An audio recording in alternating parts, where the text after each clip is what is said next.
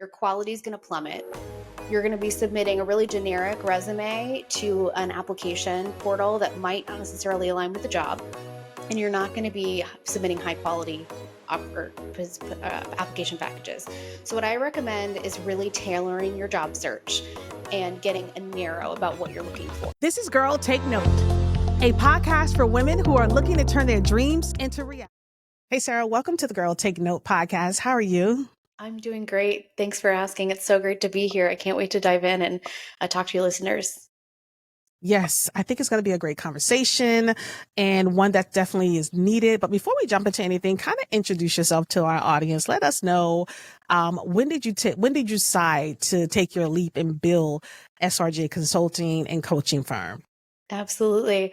So I've been in entrepreneurship for about 5 years now. Prior to that, I had a career in government, various leadership positions, growing and developing around educational programs and regulatory policy, which is a lot of fun. But for me, I always wanted to create something. And so that entrepreneurial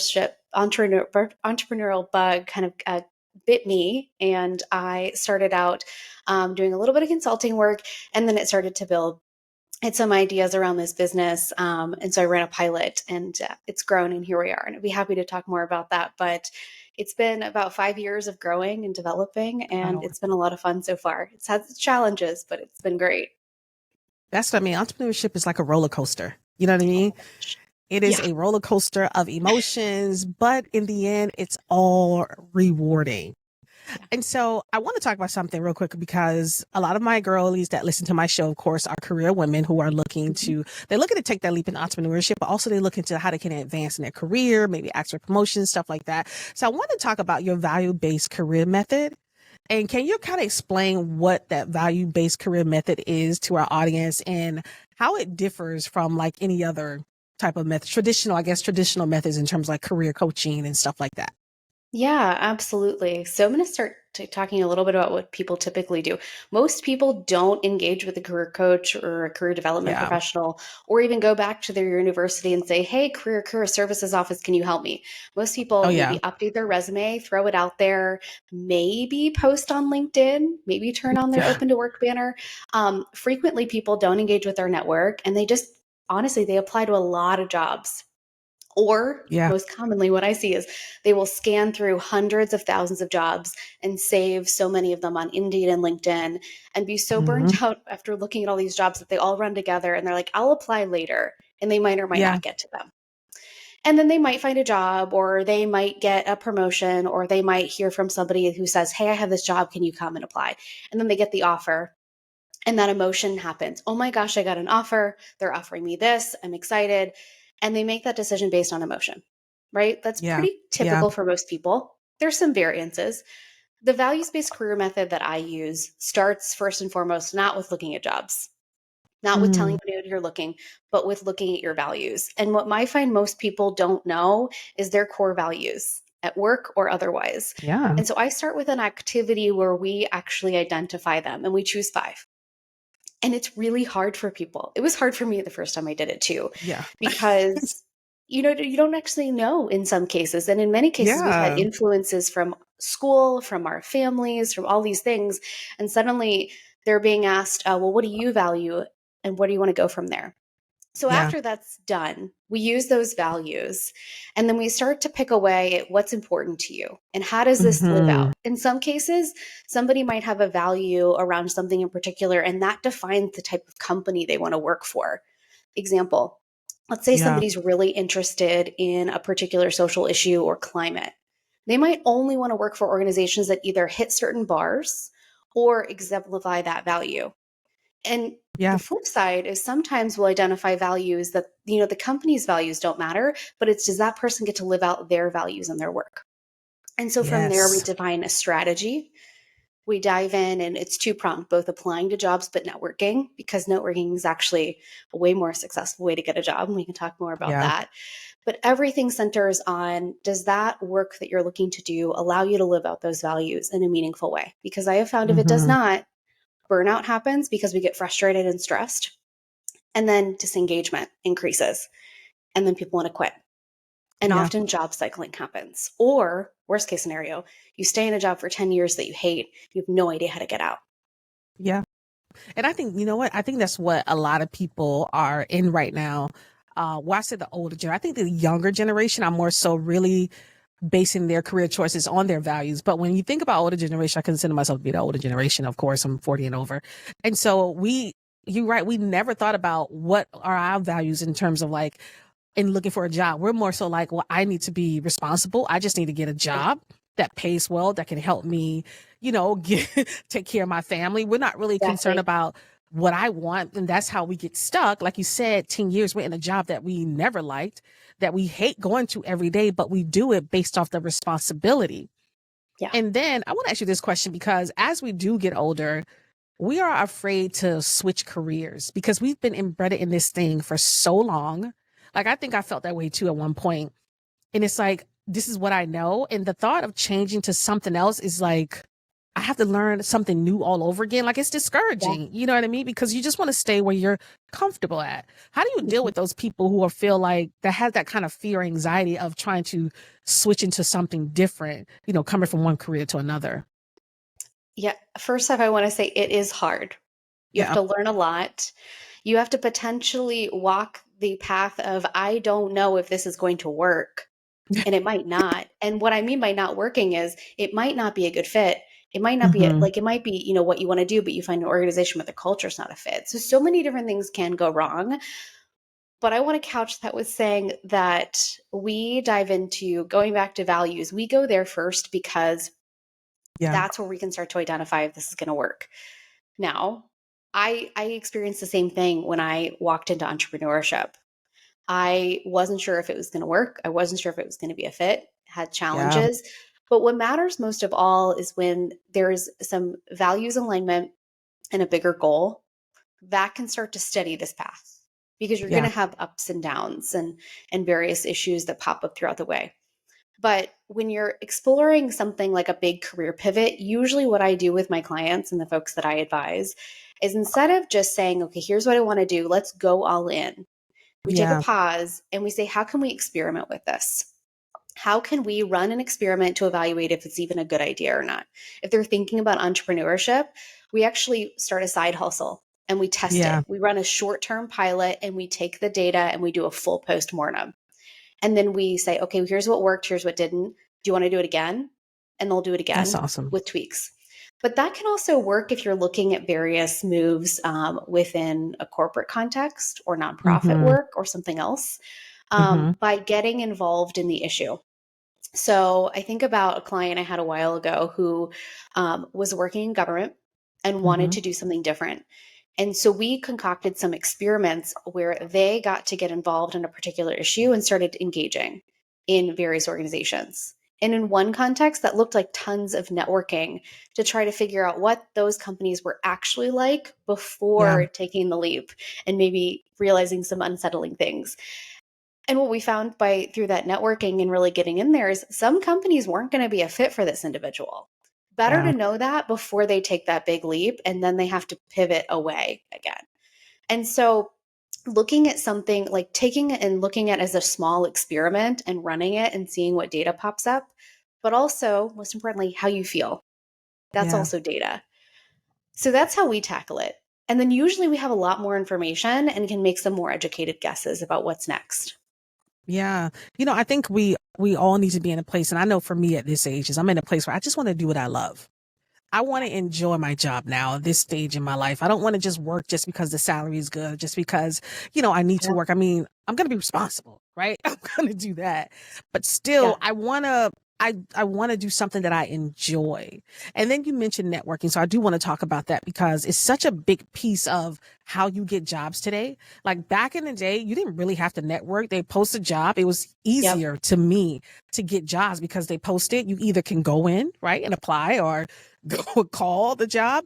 Today is Yeah. everything is online. Today, everything's about connections and networking. So how can an individual effectively network or try to expand their network in their career without feeling like overwhelmed or insecure? Because I know a lot of people are afraid to kind of like approach other people or reach out to try to even build connections. So what are some strategies you think they can do for that? Yeah, I think first and foremost, recognize that networking is just having a conversation and Mm-hmm. establishing and building a relationship with somebody. And most likely, everyone has done that with someone. If you have Yeah. friends or family or people in your life or coworkers, you've started and established and built relationships. Looking at what you want to be known for or seen as or experienced as, that's more important than going out there and trying to book as many coffee chats as you want. Here's why. Mm-hmm. When somebody gets to know you and who you are, they're going to like you because you're you. And so I teach a process called generosity based networking, and it's rooted in the idea that curiosity, genuine connections, and helping and serving people without being attached is the way to build those relationships, and the opportunities Mm. will come. Let me give you an example. When I was early on in my career, I was really curious about this organization. I read a newspaper article. Now, this isn't a job, but it's, related, getting opportunities that just kind of naturally come up. I was really curious about this organization as a nonprofit. I wanted to help them. So I gathered the courage and I sent off an email and I was like, can I learn more about you? They Yeah. invited me in. I sat down with the executive director and we had a conversation. And in my mind, I'm thinking maybe I can organize a food drive or, do something, clean the floors. What can I do in my mid 20s? I don't know. I couldn't Yeah. add any value Yeah. for them. But I was like, I'm just going to show up anyway. And by the end of the conversation, I was offered a board seat on their board of directors. And I got to serve Wow. on that board for 4 or 5 years, help expand the organization, build a second shelter for the people that we served. And it was one of the Mm. most impactful professional experiences I've ever had. Now, that was a board seat, right? So I wasn't paid for that work or anything like that. But Yeah. networking in a professional context works the same way. Showing up, getting curious, being your authentic self, and those opportunities Mm-hmm. come. So I work with my clients around that piece. If it feels overwhelming, start small. Yeah. It's really amazing what can happen. When I was leaving government, I had a coffee chat with an individual, just getting to know them. They were in another organization, and the next week they called me and said, "Hey, can you come in for an interview? We don't have this. We have this job. It's not even posted yet." I came in for the Mm-hmm. interviewed, got a call a couple days later, got the job. Ultimately, I didn't take it for some other reasons and around what my goals were. But these opportunities come just by being you and showing up. Yeah. And I know that Some, sounds. Go ahead. yeah. Go ahead. No, you're right. It sounds like, okay, yeah, I can do that. It sounds, oh, that's too lofty, whatever. But here's what happens. If people get to know you and they like you and you are top of mind, they will think of you for opportunities. And what I have found Yeah. is if you're working your network and connecting with people, I'd say every 3 to 6 months, and somebody says, "Hey, do you know a really good copywriter? I need somebody." Mm-hmm. Or, "Hey, do you know somebody who's an expert in grant writing?" They're going to be like, "Wait a second. I just met with somebody a couple of months ago and they're going to think of you." And that's how this works. Yeah. That is so funny too, because I would listen to a lot of people say, because I did a show too about networking and making genuine connections. And a lot of people say, networking and making connections is like a two-way street, right? You can't just be a taker Yeah, all the time. It is also being able to give something back. So absolutely. what do you think around that concept in terms of like being able to not only take from whatever they give you, taking their value, right? But being able to add value back to them as well. I love this question because this frequently comes up with folks I talk to, especially women and especially the Mm-hmm. younger people are in their careers, because they're like, I can't add value. So Yeah. that's Yep. nice that you're telling me that I can go show up and be generous and add value, but I have nothing to give. And I would actually argue that everyone has something to give because here's what Mm-hmm. happens. You show up, you could be a sounding board. You can ask Yep. questions the person has never thought of. You can give perspectives. You might be the bright spot in their day because maybe they are sick of the people that they work with and you're new. Yeah. There are Yeah. so many different things like that where you can add value just by showing up, being engaged, getting them to talk. If you're an Yeah. introvert and you're networking and you're looking to build your career and you are scared to go talk to people, Oh come yeah. up with really good questions and make them talk for the entire 30 minutes, and you're going to walk away with a good connection because you've learned That's good. something, and people love to talk about themselves, so it's a win-win. And believe it or not, it may sound silly, but like getting somebody to talk about themselves is a great way that's mutually beneficial. You Yeah. don't know if they work grunt work and doing data entry, or they're always like they don't get to have meetings, and maybe they're an extrovert who wants to talk. So Yeah. there are a lot of ways people can add value that aren't obvious. Yes. And I'm so glad you said that, because I know a lot of people think that way too, that no matter their age, like, well, I don't have nothing to offer this person. You know what I mean? They're probably at a Yeah. higher level than me. So what I offer, but you're right, everyone has something to offer. It doesn't necessarily have to be something that you feel like is needed, but it could be a sounding board or a perspective. So I like Yeah. that way of thought, because it's true. Because I know a lot of women feel that way, especially women, like you said. I think especially women, we kind of go through our careers Mhm. feeling like we don't have nothing to offer, afraid to. And I want to ask you this too, because this comes up in conversations. I was in a fireside chat maybe like a few months ago, and the one was talking about how women and men apply for jobs, and I just want to get your perspective. So she said that women will see maybe three, maybe two qualifications that they don't have, and Mhm. that'll deter them from applying for the job. But men will see, you know, all the things they do have, and maybe they might see like a few things that they don't have, but they'll still apply. So it's Yep. like, what is that behavior for us? Because as women, we rule ourselves out based on just the littlest thing, where men feel like, well, I probably can only do 5 of these things and I'm still going to apply anyway. Yep, absolutely. I see it all the time in my work. There is the occasional man who comes into my office and experiences the same thing, but more Yeah. often than not, it's women. And we all do it. We see that as a Mm-hmm. checklist, and we have to check all the boxes Yeah. and be 100%. But the caveat I will say is that if you don't meet one or two qualifications, that's probably a good reason to apply, because that means that you have room for growth. If you're overqualified for the That's position, good. you might Mm-hmm. not be able to be challenged or grow. And for millennials and Gen Z, we value, at least I can speak for millennials. Well, I Yeah. don't know if I should speak for all of millennials, but we value growth. We value other things too, but growth and career development are really Mm-hmm. important. So if you apply to a job where you're already overqualified, that's not going to be a great opportunity.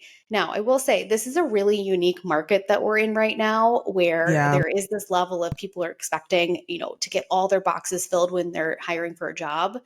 But looking at that, I want to share a story. So my Mm-hmm. last corporate job that I ever took, um, I applied. It was a job that I applied for. I did expected to absolutely hear nothing back from them. They said CPA preferred, law degree preferred, and maybe engineering degree preferred. And I was like, don't have that, don't have that, don't have that, and don't meet those for other qualifications. I'm just going to apply to the job because I need to get in this muscle memory of just applying to jobs and just putting myself out there. Well, Yeah. lo and behold, a couple months go by. I think it was maybe a month or two. I get a call and I'm brought in for an interview. Great interview. I, ask a lot of questions. They seem to have a good time. One interview, mind you, I had a phone screen and then an interview. A couple weeks Yeah. later, I got the job. It was more money than I've ever been offered in my entire life. And I Oh my go, God. what? And so that is just an example of like, you never know what's going to happen. And what's Yeah. funny about that is that job was such a good skill fit for me, which was wild. And I was in that job and I was going, I guess I can see how they wanted potentially like these other degrees, right? I had a master's Yeah. degree, but it was in management and leadership around like teams and a lot of the work I do now. Yeah. And I was like, this is wild. So go apply to things. You never know what's going to happen. And the other thing is like, maybe they only get 30 applications. Yeah. Maybe you're the Yep. best of those 30. Yeah. You never know. You know what? Let's talk about that, because I wanted to talk about today's job market. And because I have friends, and it's like, it's been very rough in this job market for some reason. Yeah. And I think networking is important because, like I said, this current job market is not easy. So what do you tell that person that's looking to switch careers, and they're just applying online, and you go to apply, you go through this endless hole of black hole, right? Because it's just that online, that quick apply. People tell you, oh, don't do the quick apply when you see that on LinkedIn because it's just a black hole. What strategies would you give someone when they're actively looking, and how would they actually navigate that route? Two-pronged approach. Go Mm, do the online applications, but you also have to pair it with networking. mm-hmm. And so for somebody who's doing that, it might look like this. So there are some career coaches out there who are going to say apply to 100 jobs a week. I Yeah. typically don't advise my clients to do that, because if you start ratcheting up that number to 50, 100, 200 jobs a week, what's going to happen? Your quality is going to plummet. You're going to be Mm, submitting a really generic resume to an application portal that might not necessarily align with the job. And you're yeah. not going to be submitting high quality application packages.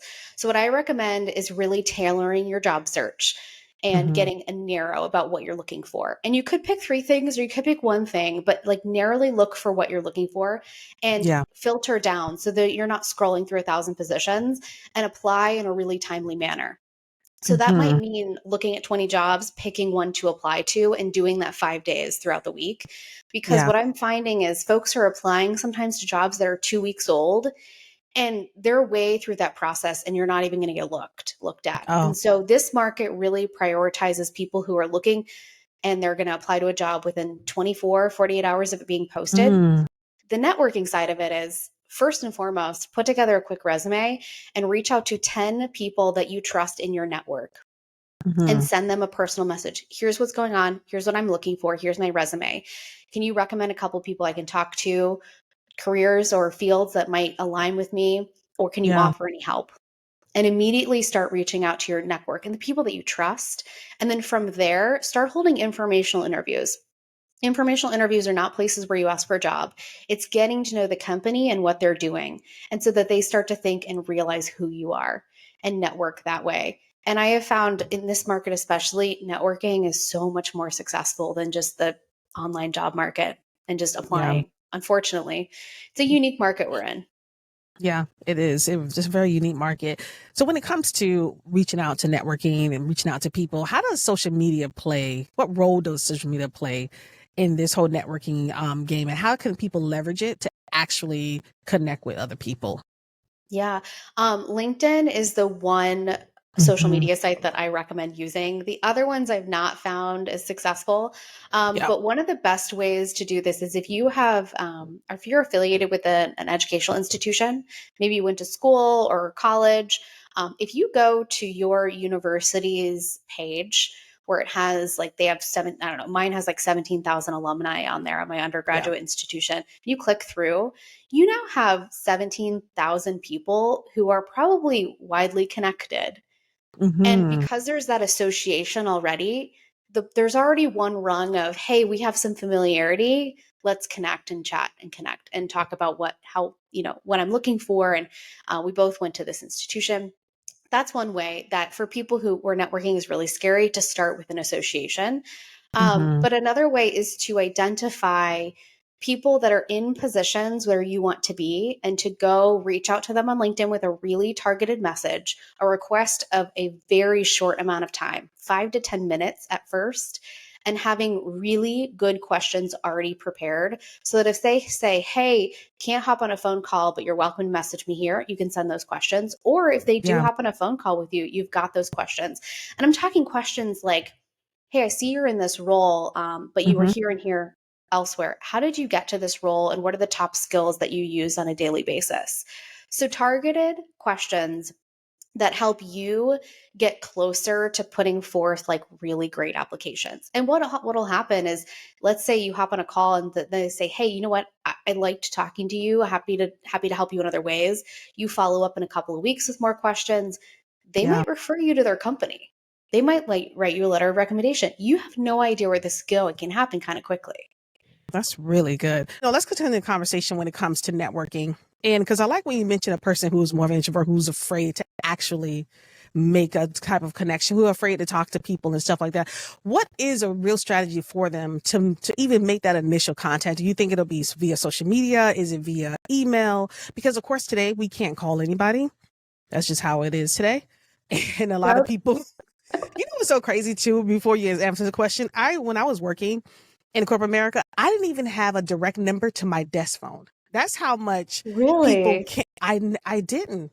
I didn't have a direct number to my desk phone, because that's how much now you can't call someone and be like, hey, we didn't have a receptionist.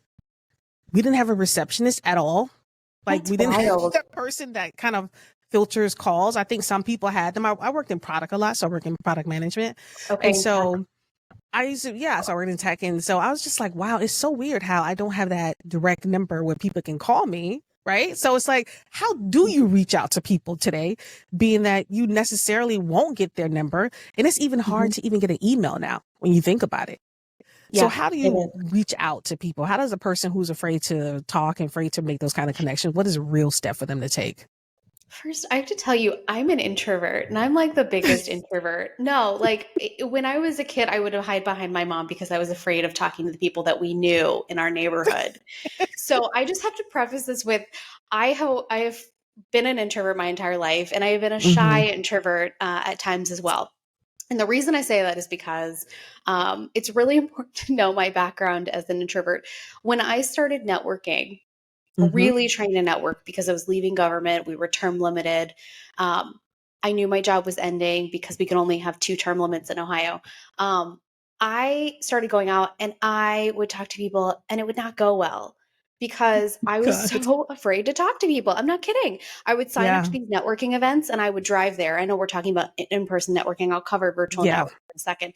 But I would drive to these events and sometimes I would go in and I hang by the food table or I'd maybe build up the courage to go talk to like one person and the conversation would fall flat. Or, Yeah. worst case scenario, there was more than a time or two where I signed up to a networking event, drove there, just sat there and was like, I can't go in. Turned the car on, went home.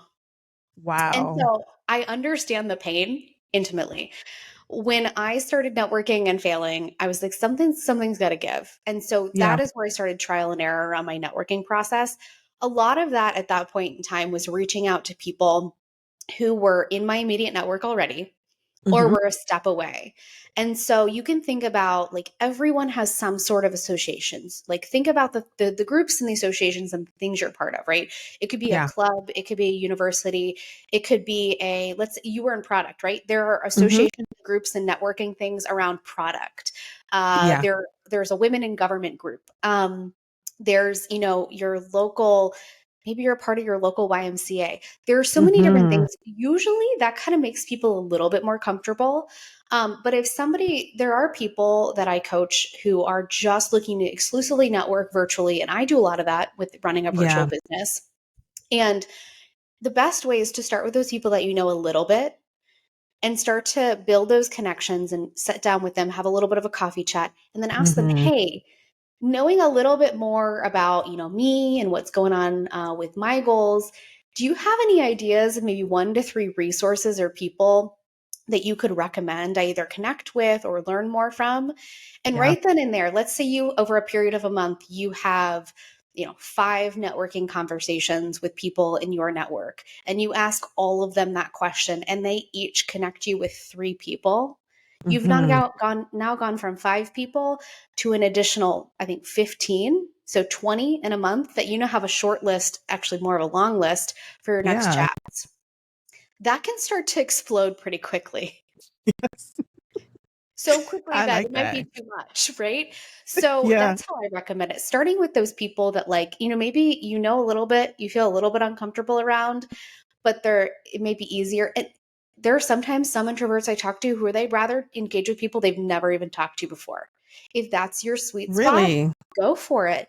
Yeah, it's kind of interesting. Sometimes I was running an Explosion Network group in May, and I had one Hmm. person who was an introvert who was like, I'd rather talk to people I don't know.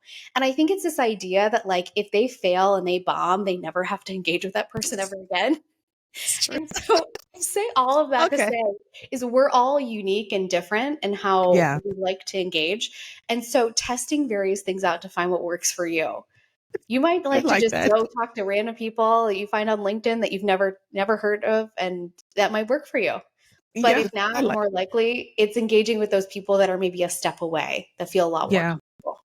That's cool. I like that. That's so funny. I was going to talk about networking in person versus online. You know what I Yeah, mean? Which, I think I said this before in one of my episodes that I rarely see on like in person networking events now. Like, you'll see like I yeah. don't know, like a little drink happy hour type of thing, but that's not really like networking when you're intentionally going there for a reason.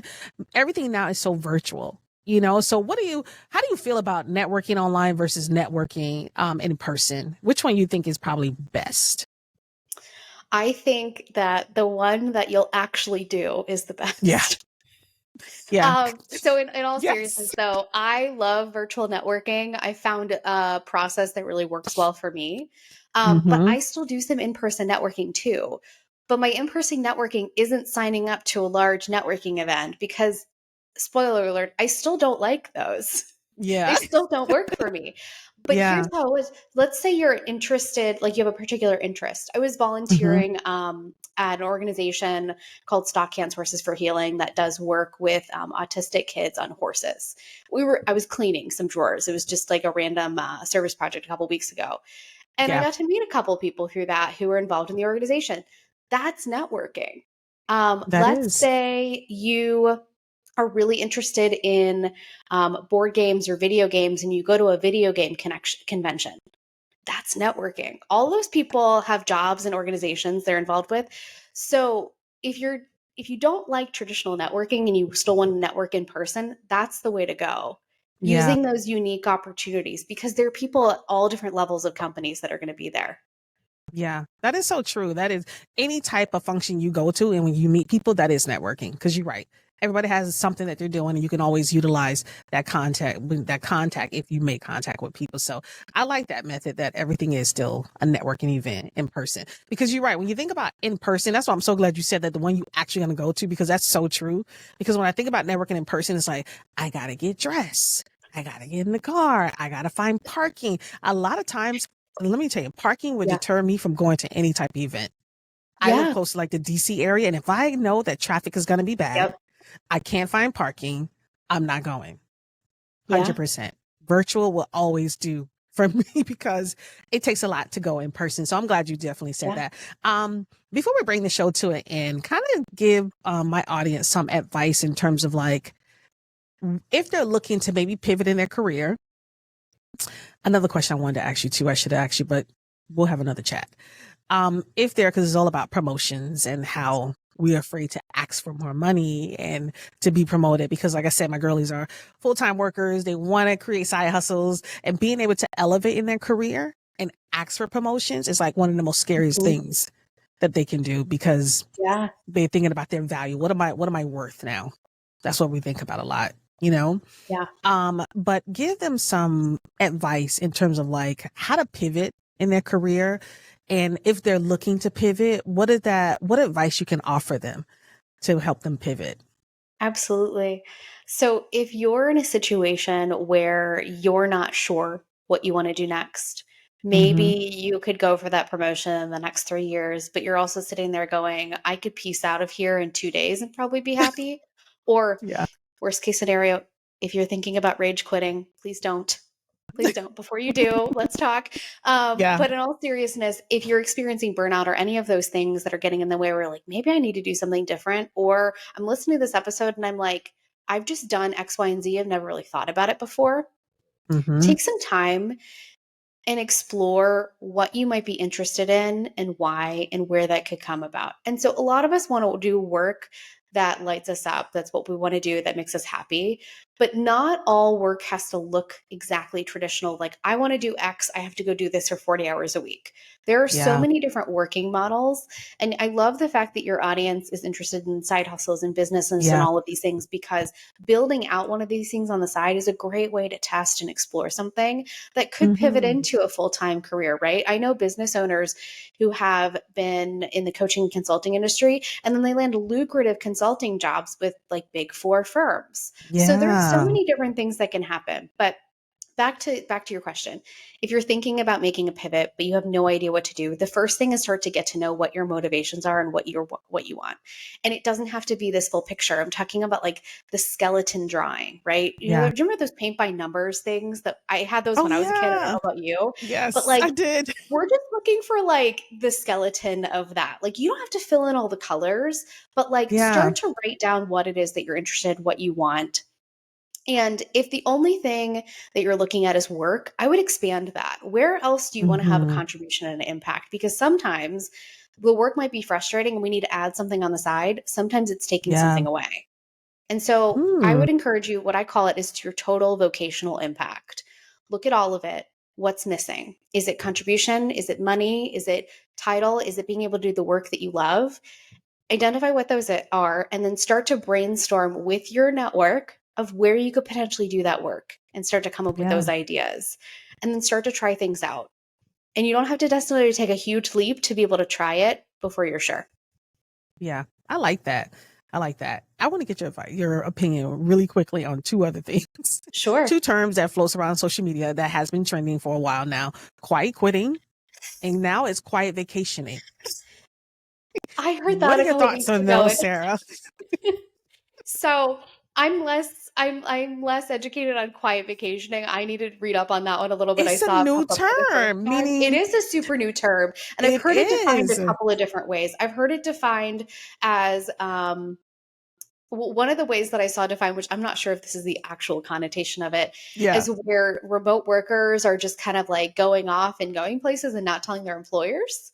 But I've Yes. also heard some other connotations. So I'll put a pin in that one. Maybe once we get more Yeah. information, we can dive Yeah, in. you're right. But It's quiet just, quitting, yeah, it's just a term. I'm like, quiet vacationing.